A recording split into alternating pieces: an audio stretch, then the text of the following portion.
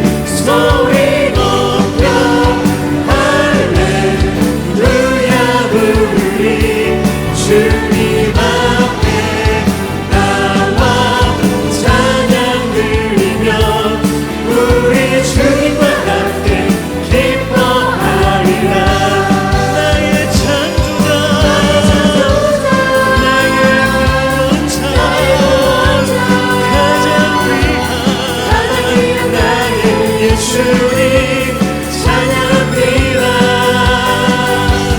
나의 치료자 나의 선한 목자 되신 주 예수 나의 주 찬양하리. 나의 창조자 나의 구원자 가장 귀한 나의 예수님 찬양합니다. 나의 치료자 나의 선한 목자 되신 주 예수 나의 주 찬양하리. 예수 나의 주 예수 나의 주 찬양하리. 예수 나의 주 나의 주 찬양하리. 아멘. 우리의 치료자 되시며 우리의 소망 되신 주님을 찬양합니다. 아멘.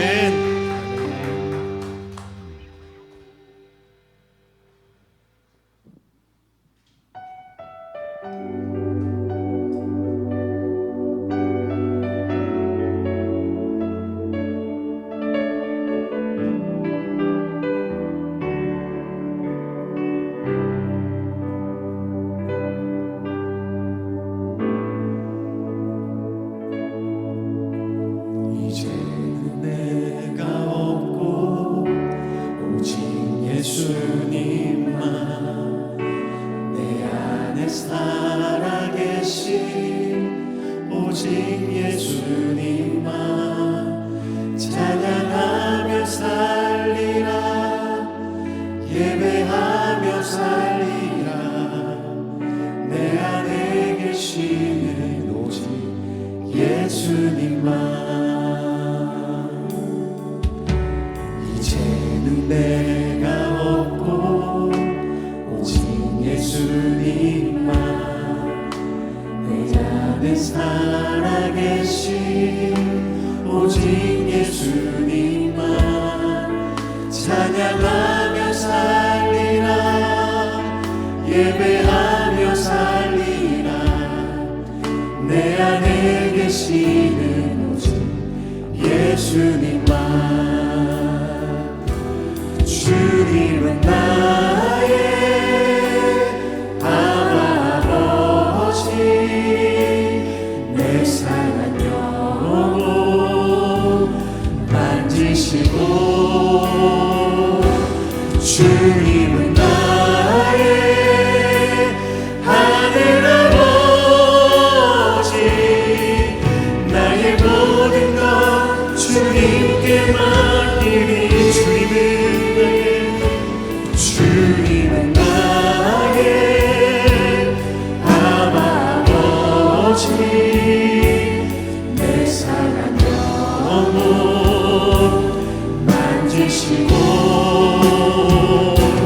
주님은 나의 하늘 아버지 나의 모든 것 주님께 맡기리.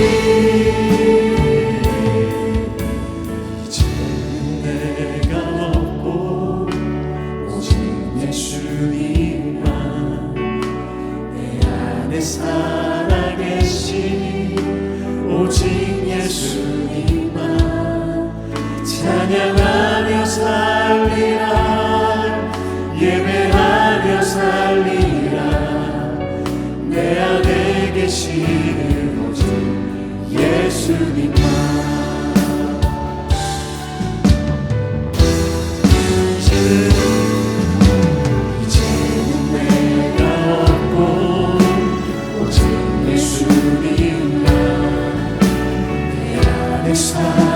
살아계신 오직 예수님만 찬양하며 살리라. 예배하며 살리라. 내 안에 계시는 오직 다시 한 번 더. 이제는 내가 없고 이제는 내가 없고 오직 예수님만 살아계신 오직 예수 살리라 예배하며 살리라 내 안에 계시는 예수 아멘 이제는 내가 주님과 함께 십자가를 죽었으니 이제는 내가 상관하리요 내 안에 주님이 사신 것 다시 한 번 더 이제는 내가 주님과 함께 십자가 위에 죽었으니 이제는 내가 상관하리요 내 안에 주님이 사신 것이 주님은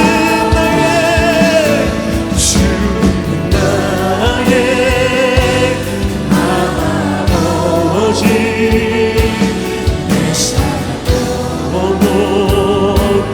만지시고 주님 나의 하늘 아버지 나의 모든 것 주님께만 다시 한 번 더 주님은 나의 아버지 내 삶 영원 만지시고 주님 나의 하늘 아버지 나의 모든 것 주님께 맡기니 이제는 내가 없고 오직 예수님만 내 안에 살아계신 오직 예수님만 찬양하며 살리라 예배하며 살리라 내 안에 계시는 오직 예수님만 찬양하며 살리라 예배하며 살리라 내 안에 계시는 오직 예수님만. 우리 하나님은 믿음으로 사는 성도에게 소망을 주시는 소망의 하나님인 줄로 믿습니다. 소망의 하나님이 믿음 안에서 너에게 능력으로 소망이 넘치게 하시기를 원하노라. 따라요. 소망의 하나님. 그 소망의 하나님을 굳게 잡고 살았던 대표적인 사람 한 사람만 뽑으라면 단연코 사도 바울을 뽑을 수 있습니다. 다메섹에서 살아계신 하나님을 만나고 소위 회심하고 난 다음에 바울은 결혼도 포기하고 그가 가진 지식 모든 조건을 다 배설물로 여기고 버렸다 그랬어요. 그리고 이방인의 사도로 부름받아서 아시아, 유럽 전 세계를 다니면서 생명의 복음을 전하는데 문제는 아무도 바울을 환영하지 않았다라는 것입니다. 바울은 가는 곳곳마다 고난을 받고 핍박을 받는데요. 그 중에서 가장 어려움을 겪었던 곳이 에베소라고 하는 지역과 고린도라고 하는 지역입니다. 에베소에서 바울이 겪은 일 하나를 소개하고 싶은데 사도행전 16장에 자세히 기록되어져 있어요. 에베소는 에페소라고 그러거든요. 지금의 튀르키예, 터키 한 도시인데 거기에는요 세계 7대 불가사의라고 불리우는 아르테미스 신전이 있습니다. 신을 모신 신전이에요. 자, 사진 한번 보여드릴게요. 이런 모양의 2000년 훨씬 전에 이런 신전을 지었어요. 지금은 기둥만 남아있고 터전만 있는데요. 이렇게 큰 신전을 그 당시에 지었어요. 그들이 섬기는 신의 이름이 뭐냐면 아르테미스, 아데미라고 하는데 여신입니다. 사진 보여드릴게요. 이런 모양의 여신을 그들이 섬기는 거예요. 좀 흉측스럽죠. 가슴에 여성이니까 젖가슴이 몇 개인지 한번 세보세요. 굉장히 많잖아요. 저 신전 앞에 공식적인 여사제들이 있어요. 창녀입니다. 그들하고 관계를 맺으면 저 신이 우리들에게 복을 준다라고 그 당시 사람들이 믿었다라는 거예요. 지금 생각하면 참 말도 안 되는 소리잖아요. 사람들이 그렇게 믿고 살았다는 거죠. 여러분 정말이지 우상은 그만큼 무서운 것입니다. 거짓 신에 미혹되면 본인뿐만 아니라 가정까지도 다 망치는 거예요. 절대 우상 숭배에 빠지지 않기를 주님의 이름으로 축복합니다. 근데 거기에요 데메드리오라고 하는 사람이 있었거든요. 이 사람은 은세공업자예요. 저 아데미 여신의 모형을 만들어서 이렇게 팔아서 돈을 버는 사람인데 사람들이 얼마나 많이 사갔는지 몰라요. 밑에 직원들을 고용해서 저 아데미 여신 모양을 만들어 파는데요. 바울이 거기에 가서 복음을 전하는 거예요. 사람이 손으로 깎아 만든 것은 결코 신이 아닙니다. 참 신은 하나님 한 분이시고 그 하나님만이 우리에게 복을 주십니다 라고 전했어요. 그랬더니 사람들이 저 아데미를 버리고 하나님을 믿기 시작하는 거예요. 당연히 저 사람의 수입도 줄어들었겠죠. 화가 났습니다. 데메드리오가 사람을 사는 거예요. 도시에서 소동을 일으키게 합니다. 돈 주고 매수하는 거예요. 저 위대한 아데미 신이여, 아데미 신이여, 아데미 신이여 외치게 하면서 도시에서 소란을 일으켰어요. 그 엄청난 핍박 때문에 바울이 그 도시에 있을 수 없고 마케도니아 지방 데살로니가로 이동을 하게 됩니다. 간단히 말씀드렸지만 바울은 죽을 고비를 넘긴 거예요. 여러분 바울은요 이 밖에도 가는 곳곳마다 죽음의 위기를 맞습니다. 루스드라에서는요 돌에 맞아요. 얼마나 맞았는지 사람들이 죽은 줄 아는 거예요. 그래서 바울을 질질 끌고 성 밖으로 내던졌어요. 근데 다행히 죽지 않고 바로 깨어나거든요.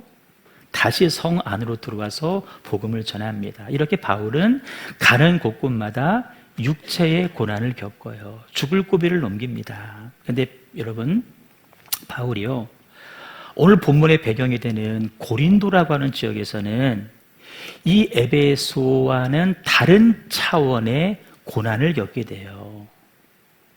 이외의 지역이 육체의 고통이라고 한다면 이 고린도 교회를 통해서는 정신적인 심적인 고난을 겪게 됩니다. 이런 내용이에요.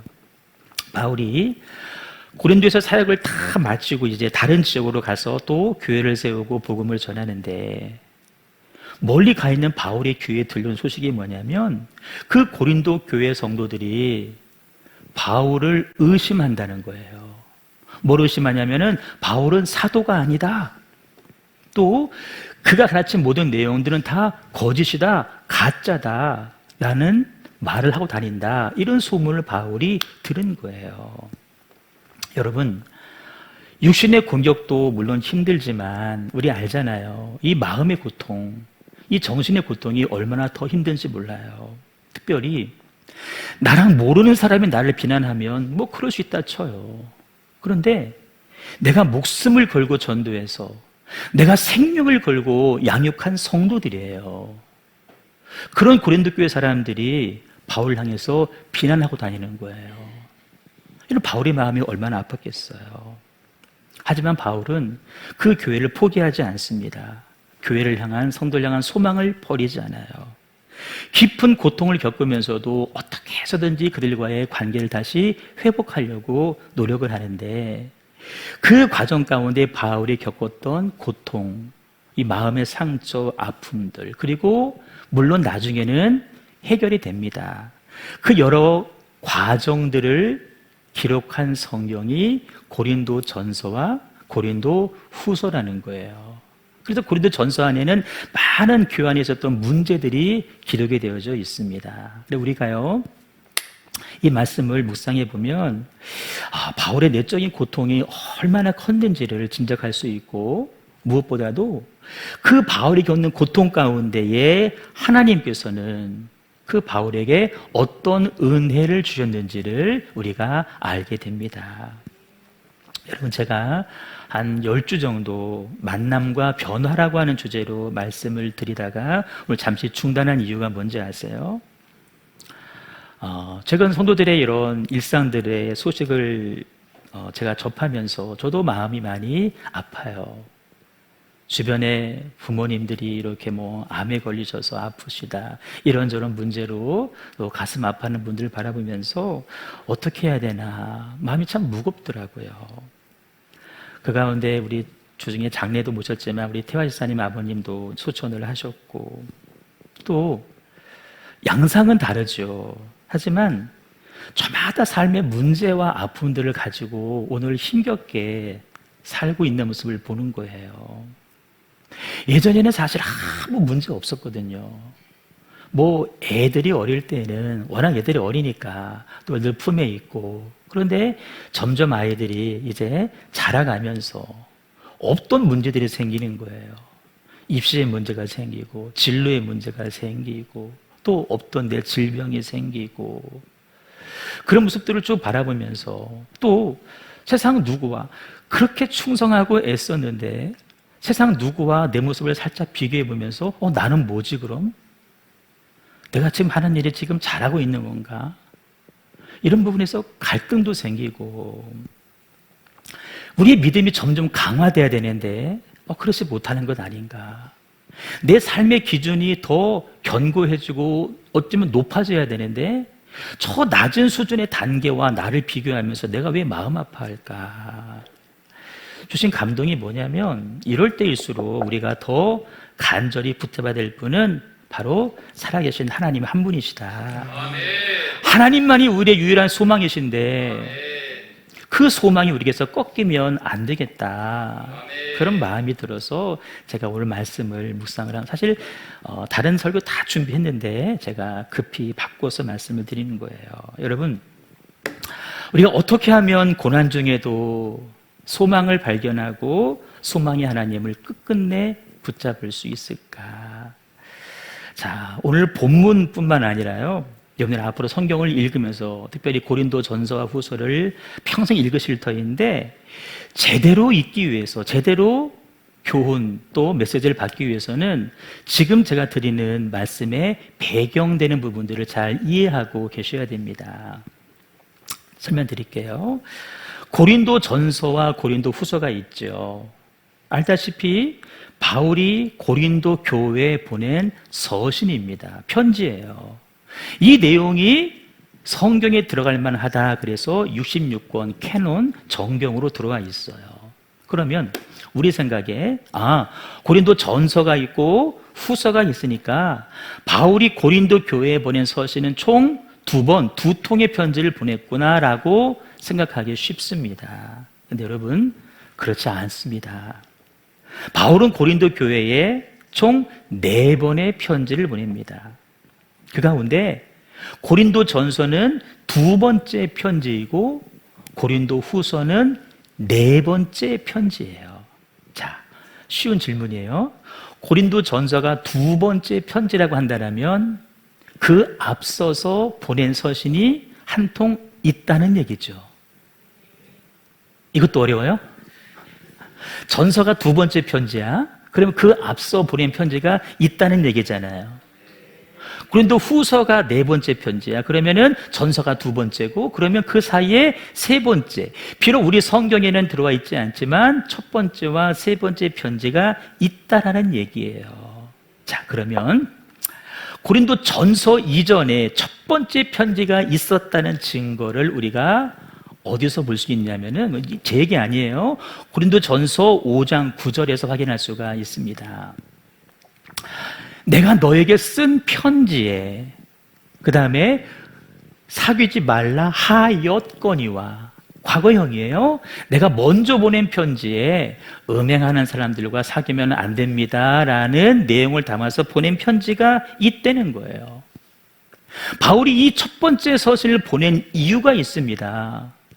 바울의 귀에 들려오기를 교회 안에, 그러니까 바울이 고린도 교회를 떠나고 난 다음에 새로운 사람이 들어왔는데 그 교회 안에, 밖이 아니에요, 교회 안에 우상을 숭배하고 음행을 저지르고 탐욕을 부리고 약탈을 일삼는 사람이 교회 안에 있다는 소식을 바울이 들은 거예요. 그러니까 바울은 걱정이 되는 거지. 그들과 어울리면서 본받으면 안 되는데. 여러분 잘 들어봐요. 음행하는 사람, 우상 숭배하는 사람과 어울리지 말라라고 하는 이 바울의 당부가 여러분 잘못된 말인가요? 여러분 판단해 보세요. 음행하는 사람과 사귀면 안 되라는 이 당부가 해서는 안 되는 말인가요? 아니죠. 그런데 여러분, 교회 안에 보세요. 우상 숭배하고 음행하는 사람들이 들어올 수 있어요. 니네 우상 다 버리고 와야 돼? 그렇게 말하지 못해요. 들어올 수 있죠. 그를 위해 기도해 줘야 됩니다. 그들이 바른 믿음을 가지고 우상을 버리기를, 탐욕을 버리기를 기도해야 됩니다. 하지만 여러분, 그 사람들과 함께 어울리는 것하고는 이건 별개의 문제예요. 어울리지 말라는 말이 같이 밥 먹지 말라는 말이 아니에요. 같이 차 마시지 말라는 말이 아니에요. 그들이 했던 우상 숭배, 음행, 이걸 너희들이 본받아서 똑같이 하면 안 된다라는 거예요. 근데 고린도 교인들이 그들과 슬슬 어울리면서 다 하네?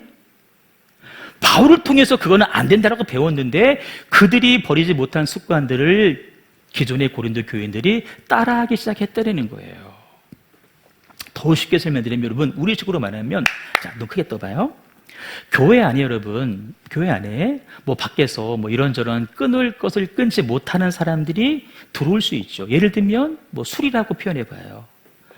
술 끊어야 교회 올 수 있습니다라는 말 못하잖아요.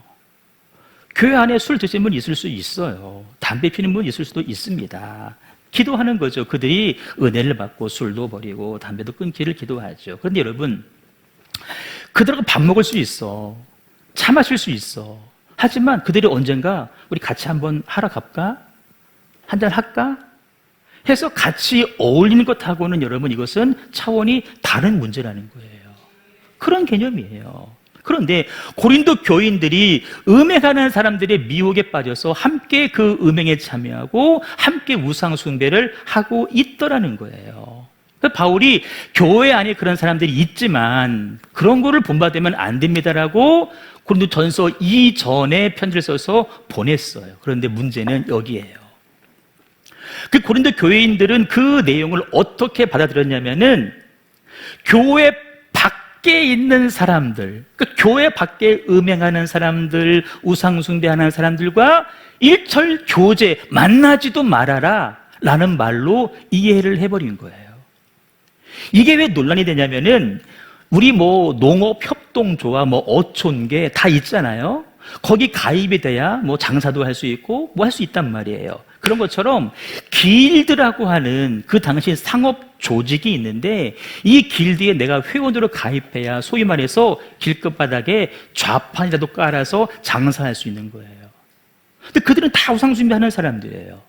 근데 교인들이 볼 때 아니 우리 먹고 살아야 되는데 그러니까 만나지 말라고 하면 우리 뭐 먹고 살라고요? 장사하지 말라고요? 우리 굶어 죽으라고요? 바울 진짜 세상 물정 모르는 소리 하고 계시네 라고 그들이 이해를 해버린 거예요. 여러분, 바울은 교회 안에 들어온 그런 사람들과 어울리지 말라는 얘기였어요. 근데 교인들은 교회 밖에 사람들과 어울리지 말라는 말로 잘못 이해를 한 거예요. 그래서 바울이 이것을 해명하기 위해서 다시 서신을 보내는데 그것이 고린도 전서입니다. 5장에 보시면 눈으로 보세요.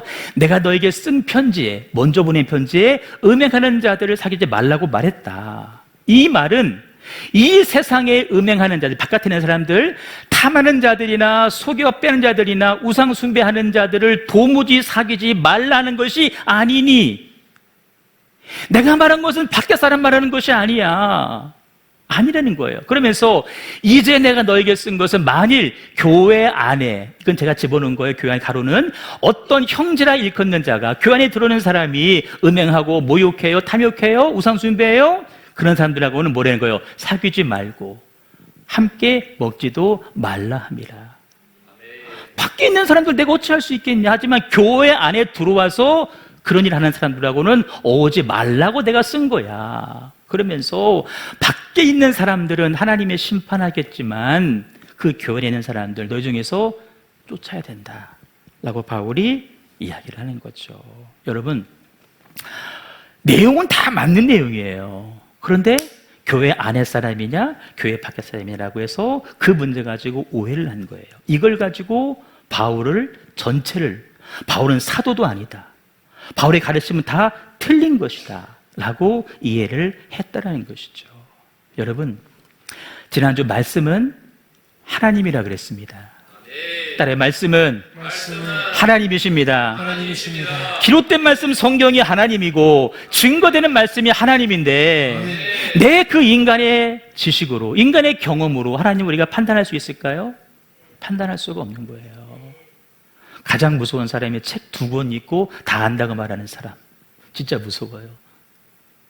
유튜브 영상 한 2개 보고 나서 다 안다고 말하는 사람, 진짜 무서운 사람들이에요. 아니, 여러분, 하나님은 절대 우리 수준에서 판단될 수가 없습니다. 그래서 바울이 이 고린도 전서를 써서 영적 아들 디모데에게 들려보내는 거예요. 전해줘라. 근데 지금처럼 전화, 카톡, 이메일 있던 시대가 아니잖아요. 편지를 들고 가는 시간, 가서 읽어주고 또 갖고 오는 시간, 한참 시간이 걸려요. 그 긴 시간 동안 여러분, 바울의 마음은 어땠을 것 같아요? 바울의 마음은 어땠을 것 같아요? 이 속이 새카맣게 타는 거예요. 엄청난 정신적 고통의 시간을 바울이 보내는 거예요. 여러분, 그렇게 시간이 오래 걸려도 나중에 들려온 소식이 오해가 다 풀렸대요. 그러면 여러분 얼마나 좋아요.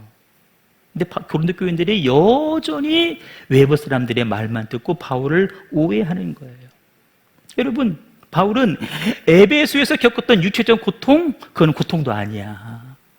지금 이 마음의 고통, 정신적인 고통, 어떻게 해결해 볼 수가 없는 거예요. 여러분 생각해봐요. 내가 개척한 교회예요. 내가 생명을 걸고 양육한 성도들이 여러분 바울에게 그렇게 말했다고 할 때 여러분 바울이 밤에 넘어가겠어요? 밤에 잠이 오겠어요? 아마 이 복음에 대한 소망이고 뭐고 다 사라지고 이제 아무것도 하기 싫다. 아마 여러분 그랬을 거예요. 하지만 바울은요, 어떻게든 그 문제를 해결해 보려고 이번에는 직접 달려갑니다. 얼굴을 보고 얘기하자는 거예요. 여러분 봐요. 얼굴을 보고 얘기했더니 오해가 풀렸더라. 그러면 또 얼마나 좋아. 하지만 바울은요, 더 고통스러운 일을 몸소 겪고 와요. 그들이 바울의 면전에 있어요. 바울을 대놓고요, 대적하는 거예요. 당신은 사도도 아니라고. 사실 여러분 엄밀히 말하면 사도의 조건은 뭐냐면 예수님과 함께 다니면서 보고 배운 사람들이 사도인데 바울은 예수님 당시에는 핍박자였지 함께하지 않았잖아요. 엄밀히 말하면 바울은 사도가 아닐 수도 있어. 그런데 그렇다고 당신 사도 아니라고. 당신들의 가르침 다 거짓이라고. 이렇게 면전에서 말하는 사람들은 대부분이 바울이 고린도 교회를 떠나고 난 다음에 교회 공동체에 들어온 사람들인데 바울이 더 힘들었던 거 뭔지 아세요? 그 뒤늦게 교회에 들어온 사람들이 바울을 비난할 때에 그래도 먼저 있었던 사람들은 말리든지 해야 되는데 아무도 바울 편에 서지를 않았던 거예요. 이게 바울이 너무나 마음이 아팠던 거죠. 우리 교회는 그렇지 않지만 가끔 보면 이런저런 교회들 시험 들었던 이야기를 제가 전해 듣게 돼요. 물론 들어보면은 문제가 있어요. 문제가 있어서 어떤 사단이 발생을 했는데 안타까운 건 뭐냐면은 그런 문제들이 왜 드러났냐고 할 때 물론 그 당시에는 그럴 수밖에 없었던 어떤 사정들, 상황들이 있었어요. 알면서도 아마 넘어갔던 것 같아요. 그런데 뒤늦게 온 사람들이 이제 막 이거 잘못된 거 아니야? 문제 제기를 하는 거예요. 이게 수면에 올라온 거네? 문제 없다는 말에 문제 있었어. 근데 이게 수면에 올라온 거예요. 그랬더니 아무도 모르는 사람들이 또 그런 말만 듣고 막 같이 막 이렇게 하는 거예요. 그 소란에 합류하는 거예요. 여러분, 예수님 그 예루살렘에 입성하실 때에 호산나 다윗의 자손이여라고 외쳤던 사람들 환영했잖아요. 그 입으로 뭐 한 줄 아세요? 바라바를 놔주고 예수를 못 박아라, 이렇게 외쳤어요. 우리가 군중의 어떤 선동에 여러분 그렇게 휩쓸려 가시면 안 돼요.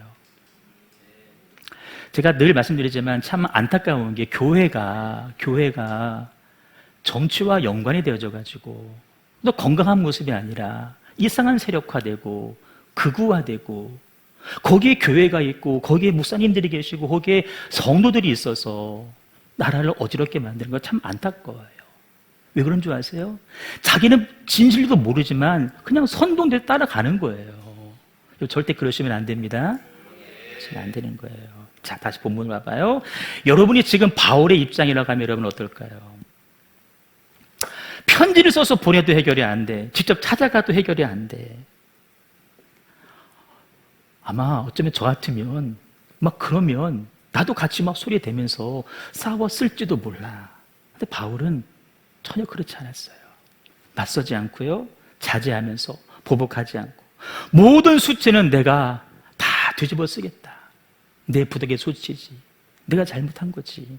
그래서 고린도를 떠나요. 피해 주는데 이게 지혜잖아요. 근데 사람들의 반응 보세요.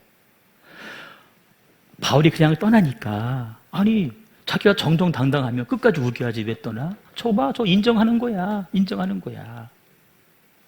만약에 바울이 또 아니라고 막 이렇게 대항했다 쳐보세요. 사도가 저래도 돼? 그럴 거예요. 그러니까 여러분, 이러지도 못하고 저러지도 못하는 상황이 돼버린 것이죠.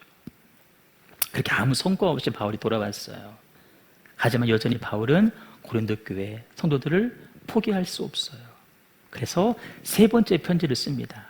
전서와 후서 사이에 디도 편의 손에 들려서 전달시키는 거. 이 편지를 일명 고통의 편지 혹은 눈물의 편지라고 합니다. 우리 성경에는 없어요. 하지만 고린도 후서 2장에 보시면 그 존재의 유무를 알 수 있는데요.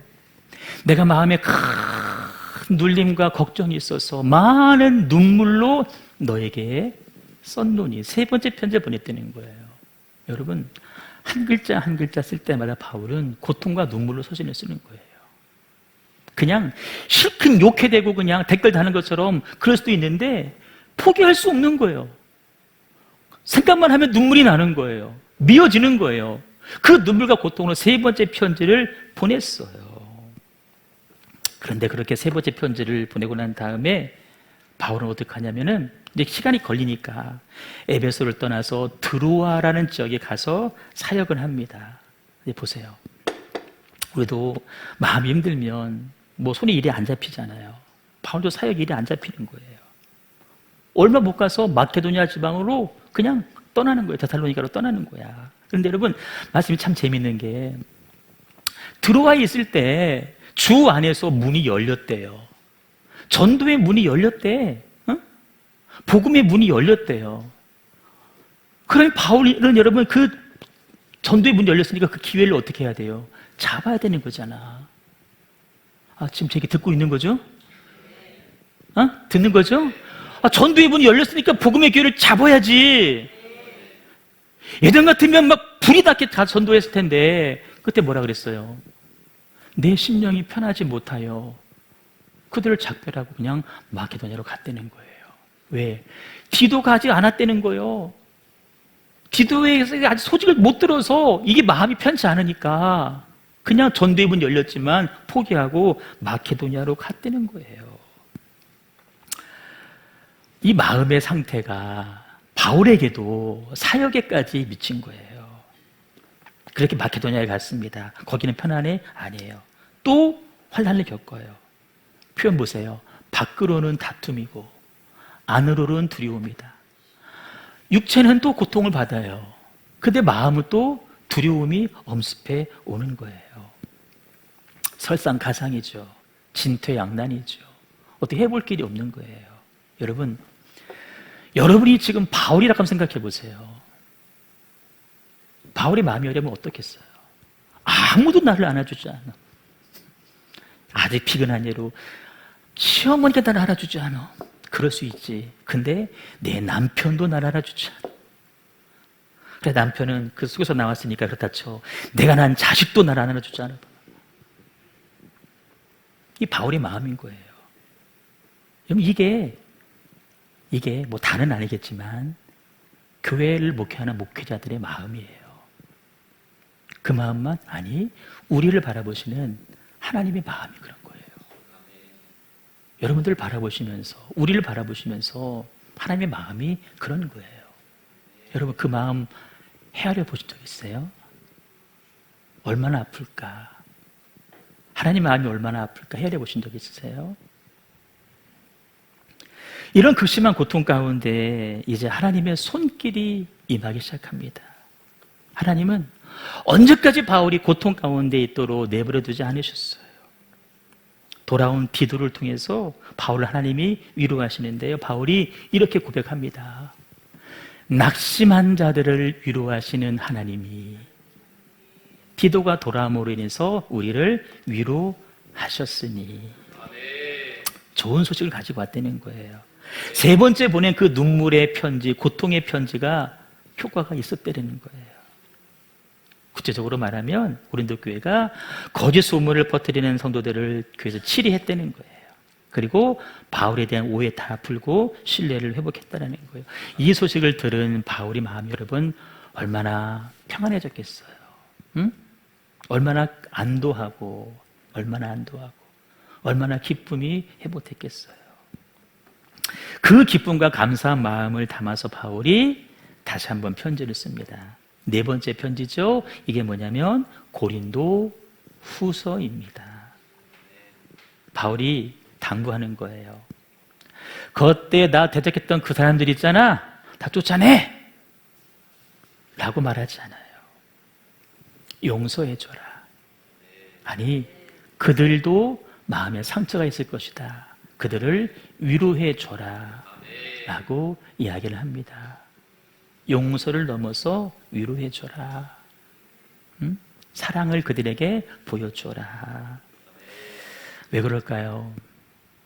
비록 그들이 한때 잘못된 생각을 가지고 오해해서 이런저런 말로 했지만 그들 속에도 뭐가 있다는 거예요? 영혼이 있잖아요. 그 오해로 인해서 그들이 영혼을 잃어버릴까 봐 그들 용서해주고 위로해줘라.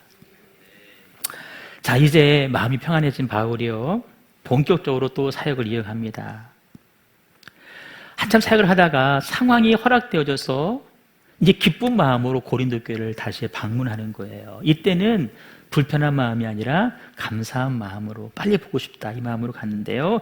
바울이 고린도에서 총 3개월을 머뭅니다. 근데 여러분, 놀라운 사실, 이 3개월 동안에 바울이 뭐 했는지 아세요? 성령께서 바울을 감동하셔서 이 3개월 기간 동안에 로마서를 쓰게 합니다. 로마서 읽어보셨나요? 로마서가 어떤 성경이에요? 성경 66권 중에 복음의 핵심을 담은 성경이 로마서예요. 성경 중에 보석이에요, 보석. 반지가 있으면 가운데 보석이 박혀 있잖아요. 성경 한가운데 꽂혀있는 보석이에요. 언제 기록했다고요? 이 마음이 다 평안해지고 난 다음에, 치유받고 난 다음에, 위로받고 난 다음에 로마서를 기록하는 것이죠. 우리가 제가 쭉 고린도 전서 후서가 기록되는 과정들을 설명드리는데, 이 과정에서 우리가 뭘 봐야 되느냐? 그렇지, 바울의 삶 봐야지. 바울이 갖고 있는 신앙의 정당성, 진정성도 봐야 돼요.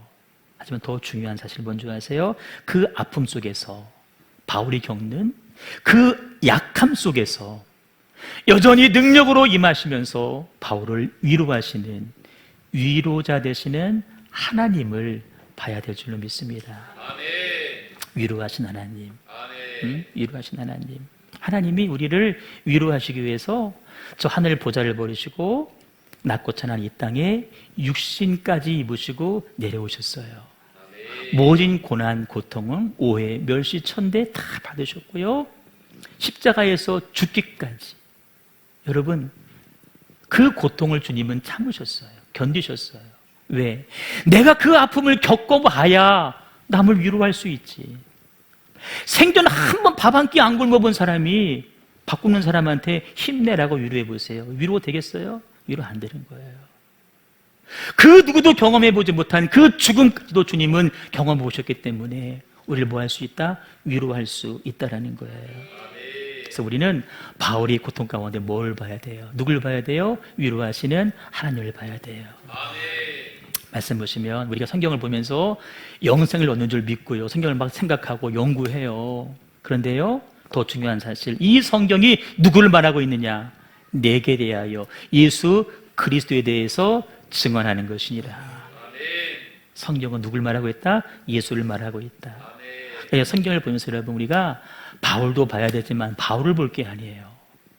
그 상황 가운데에서도 바울을 위로하시는 하나님을 봐야 될 줄로 믿습니다. 여러분, 그 심한 고통 가운데 바울에게 주신 하나님의 위로가 뭔지 아세요? 두 가지예요. 간단하게 정리할게요. 바울이 얻은 깨달음이에요. 이게 하나님의 위로예요. 첫 번째는 뭐냐면, 고난 속에서 하나님은 더 큰 위로를 주시는 하나님이시구나. 이게 하나님 주신 은혜예요. 우리 표준 세번역 성경을 한번 크게 읽습니다. 시작. 우리 주 예수 그리스도의 아버지이신 하나님을 찬양합시다.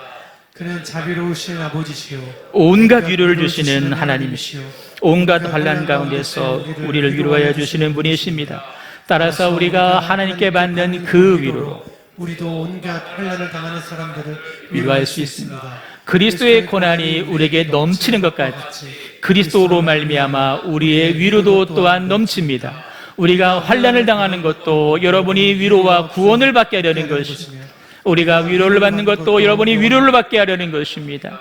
여러분은 이 위로로 우리가 당하는 것과 똑같은 고난을, 여러분은 이 위로로, 하나님의 위로로 우리가 당하는 것과 똑같은 고난, 아니 더 큰 고난도 견뎌낼 수 있습니다.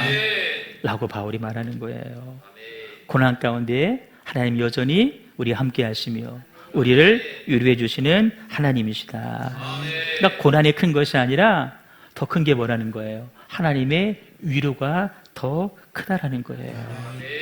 위로가 더 크다. 여러분, 우리 생각에 하나님의 은혜는 뭐였어요? 고난이 없는 게 은혜였잖아. 아니, 고난이 있어도 금방 거두어 가는 게 은혜였잖아요. 근데 여러분, 그것이 아니라는 거예요. 그 고난 가운데에서도 여전히 우리와 함께 하시면서 소망이 꺾이지 않게 하시고 다시 이렇게 세우시는 하나님의 은혜가 더 큰 줄로 믿습니다. 견딜 힘을 주시는 하나님이라는 거예요. 여러분, 고난을 통해서 하나님의 위로를 경험하는 삶 1번, 아무 고난 없이 평생 하나님의 위로를 한 번도 경험해보지 못한 삶 2번, 뭐를 선택하시겠어요? 그래도 2번이 좋겠죠. 고난이 없을 수가 없어요. 슬픔이 왜 없겠어? 있지. 하지만 그 가운데서도 우리를 위로하시는 하나님을 경험하는 삶을 살아야 돼요. 그런 사람은 고난이 두렵지가 않습니다. 왜? 더 큰 하나님의 위로가 있기 때문에 그래요. 두 번째 바울이 깨달은 게 뭐냐면은 자기의 실상을 보게 돼요. 자기의 실상. 열심히 살다 보니까 내가 누군지를 몰랐는데 나를 보게 되는 거예요. 8절 9절 보시면요, 살 소망이 끊어졌다는 거예요. 얼마나 힘들었으면 살 소망이 끊어졌대. 사형 선고, 자기 스스로 사형 선고 내리는 거예요. 살 소망 없다, 나 죽었다, 끝났다, 의미 없다. 근데 여러분, 바울이 그 극심한 고통의 과정을 겪으면서 너무나 중요한 걸 깨달아요. 그게 뭔지 아세요? 이는 우리로 자기를 의지하지 말고 오직 죽은 자를 다시 살리시는 하나님만 의지하게 하심이라. 가만 내가 나를 돌아봤더니 내가 뭐 했다는 거예요? 나를 의지하고 있었다는 거예요, 바울이. 내가 그냥 이 악물고 그냥, 응? 내가 좀 불 끈지고 그냥 내가 버텨야지 견뎠다라는 거예요. 여러분 의지력, 정신력 필요하죠. 여러분 그것만으로는 살 수 없다는 거예요. 내가 나를 의지하고 있었구나. 이거 잘 생각해 봐요. 여러분 신앙생활 한다고 하지만 정신력으로 의지력으로 하는지 아니면 하나님을 의지하는지, 물론 정신력 있어야 되고 의지력 있어야 돼. 그런데 내가 하나님보다 내 정신력, 내 의지력을 내가 더 믿고 의지하고 있는지 잘 생각해 보자는 거예요. 바울이 깨달은 거예요. 내가 그랬구나. 내가 그랬구나. 그래서 여러분 삶에 어쩌면 고난이 있는 것은 하나님보다 나를 더 의지하는 그 교만한 마음을 하나님이 꺾으시려고. 이참에 좀 꺾자. 여러분 고난이 있을 수 있잖아요. 이참에 좀 꺾어야 되겠다. 우리 말씀을 정리해요. 바울이 고난 속에서 경험한 하나님은 소망의 하나님이십니다. 보세요. 바울이 다메섹에서 하나님을 인격적으로 처음 만났잖아요. 첫 번째 회심이에요. 오늘 이 고난 가운데 하나님을 다시 만나요. 두 번째 회심을 하는 거예요. 두 번째 회심. 여러분 예수님 다 믿잖아요. 첫 번째 구원의 감격일 거예요. 그 감격이 여러분 오래 가나요? 내 안에 지금도 막 충만함이 넘치나요? 막 부활의 소망으로 막 불타오르시나요?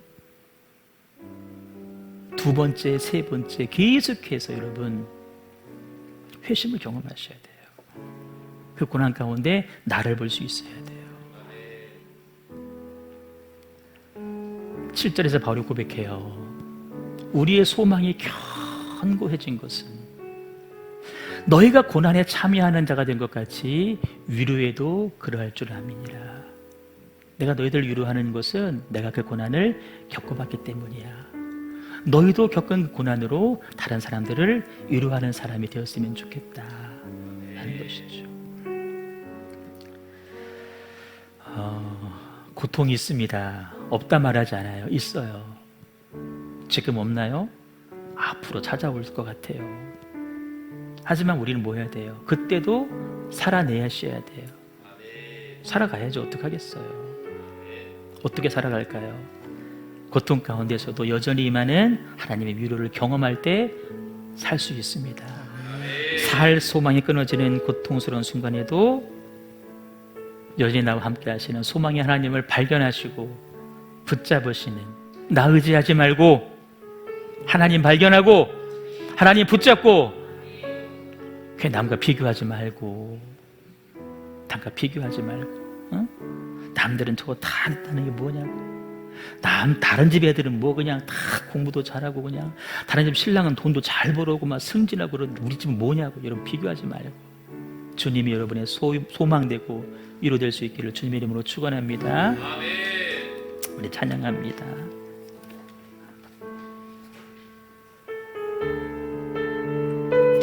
참된 위로자, 참된 치유자는 우리 하나님이십니다. 두 손 들고 그분을 찬양하기를 내 찬양이 되게 주옵소서.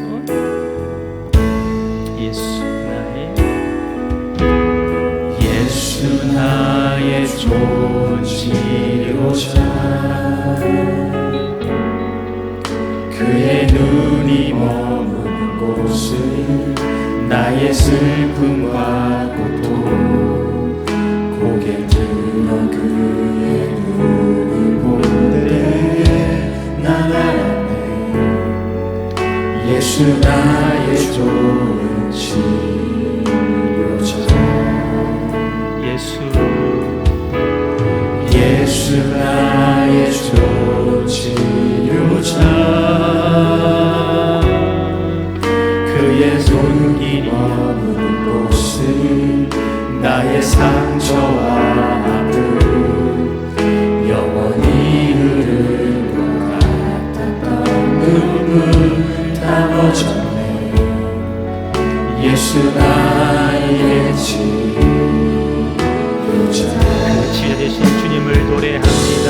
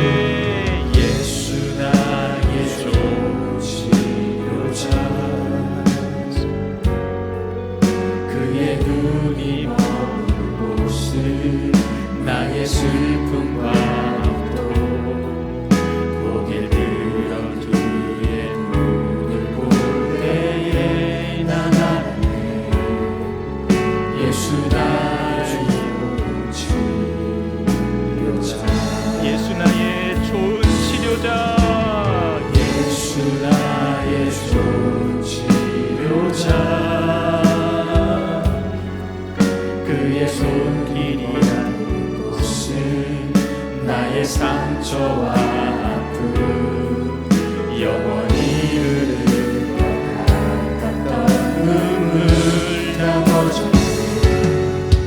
무슨 주님을 찬양합니다.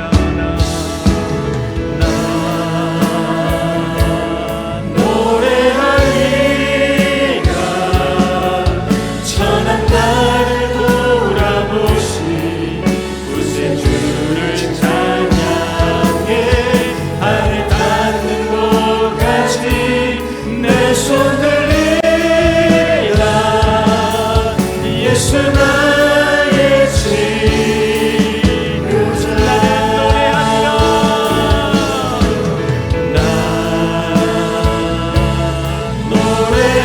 노래하리라 전한 나를 돌아보시 구세주를 찬양해 하늘 닿는 곳까지 내 손 들리라 예수 나의 우리 마지막으로 먼저 고백합니다.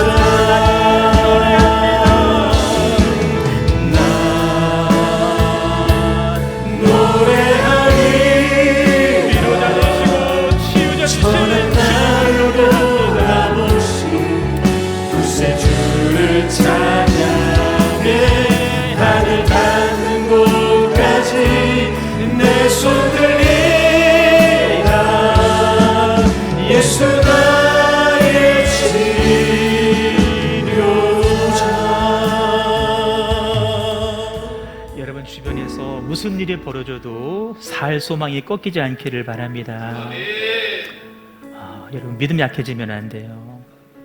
괜히 상황만 바라보지 마시고 그 상황 문제에 넘어서 일하시는 하나님 바라보시고요.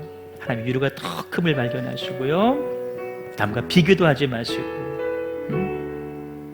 견실하게 흔들리지 말며 해왔던 믿음의 일들을 충성을 순종을 여러분 계속해 가는 것입니다. 그럼 우리들의 성도들의 모습을 여러분 영원토록 하나님께서는 그날까지 볼 수 있기를 소망합니다. 그 믿음 되게 허락하여 주시옵소서. 고통 중에 주님 발견하게 하여 주시옵소서. 위로의 하나님을 만나게 내가 되게 하여 주옵소서. 소망이 꺾이지 않게 하여 주옵소서. 우리 합심하여 동성